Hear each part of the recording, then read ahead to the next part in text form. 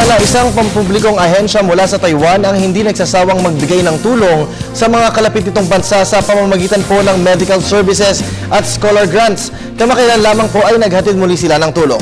Alamin natin ang kabuuang detalye sa report ni Julius Disamburun.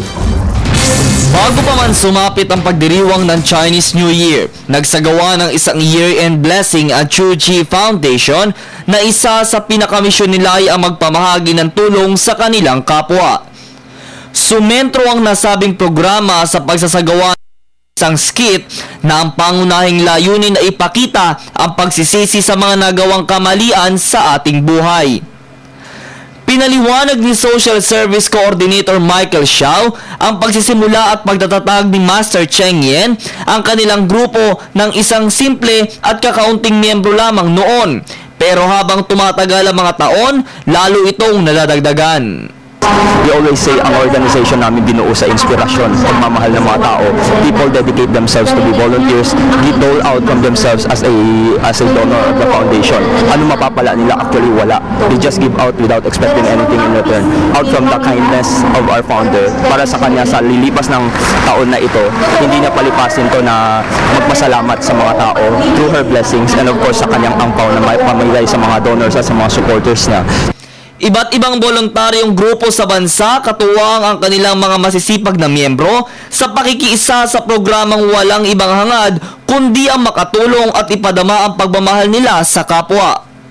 Sinadya namin sakayan ang tema na pinopromote kasi ang founder nagsimula sa Taiwan, kaya nag-come up kami ng isang pag-organize ng mga Filipino volunteer natin para mag-perform ng isang program tinatawag nating Water Repentance, in which it is a sutra sa Buddhist scripture, kaso lang it is a way of life that we are promoting to the people. Kabilang sa mga pinagkaloob nilang serbisyo ay ang dental services, scholarship grants at indigent services.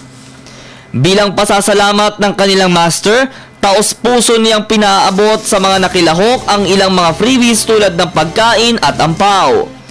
Hindi lamang sa mga serbisyong medikal kilala ang Chuji, maging ang pagtulong nila sa mga nasalanta sa iba't ibang kalamidad na naganap sa Asia tulad ng nangyari sa Pilipinas.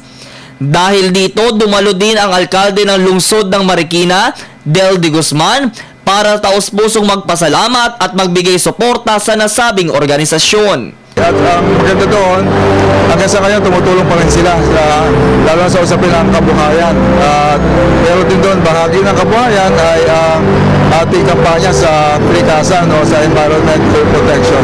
Alam nating ang Marikina ay apektuhan ng Bagyong Ondoy taong 2009. Nabatid na ang naturang foundation ay hindi pinahihintulutang magkaroon ng bahid sa anumang isyong politikal at isyong panrelihiyon. Para sa Telebisyon ng Bayan, Julius Disamburun.